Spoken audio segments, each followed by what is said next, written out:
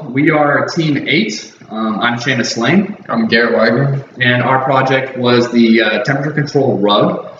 And so really where we started with this project was we obviously chose the opportunity of people suffering from pain in their feet when they step on cold tile floors in the morning and in the evenings. So that was the opportunity that we were going to attempt to solve. And so we started by surveying some users and gathering data from them. And all these users had had before mentioned that they suffered from pain in their feet when they woke up in the morning and stepped on cold tiles and flooring. And so we asked them just the basic questions.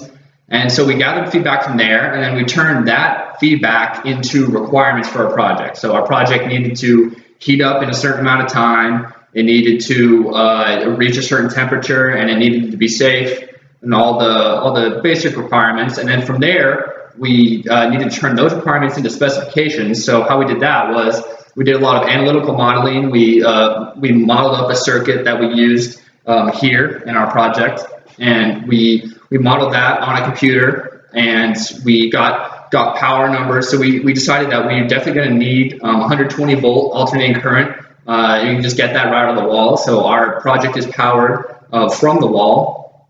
You just plug it into any 120 volt socket.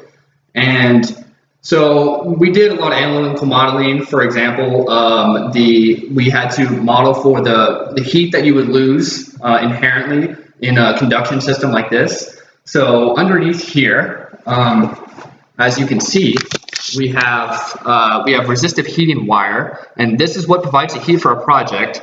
And so what we had to do is we had to implement some equations that would solve for the loss of heat that we would experience in this rug. And this rug here is about 1/4 inch thick. And so what we found was that from the heat in the heating wire to the top of this rug, you're going to lose about 9 degrees Fahrenheit, which is not a large deal because with our PID controller here, which controls the temperature, as you can see here, it's increasing. So we currently have it set at 41 degrees Celsius, which is about 105 degrees Fahrenheit.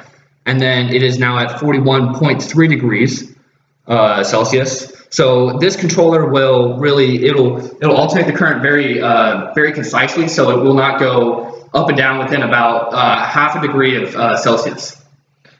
So yeah, from those specifications, we ended up ordering our materials and actually building the product. As you can see, we have it plugged into a mains voltage cable right here. That main voltage then plugs into a solid state relay that is also connected to our PID that was previously mentioned. The PID works off of a thermocoupler, which is this third wire right here.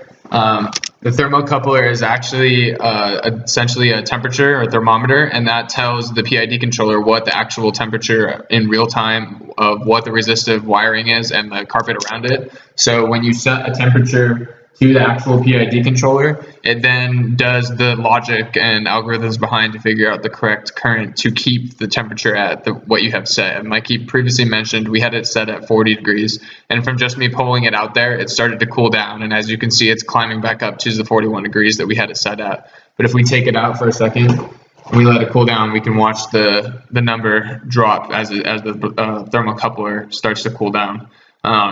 This PID controller allows the rug to, like you said previously, stay very concise in the amount of temperature that we want it to keep at, and it also keeps it running at a low voltage and it keeps it at whatever voltage it needs as minimal as possible.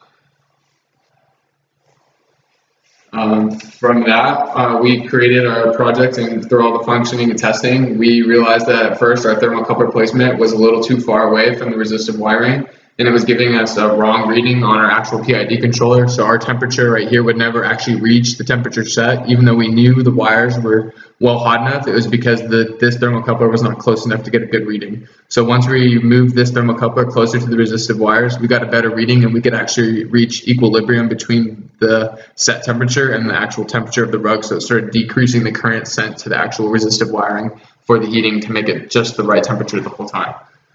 That is about the gist of our project. Thank you for listening.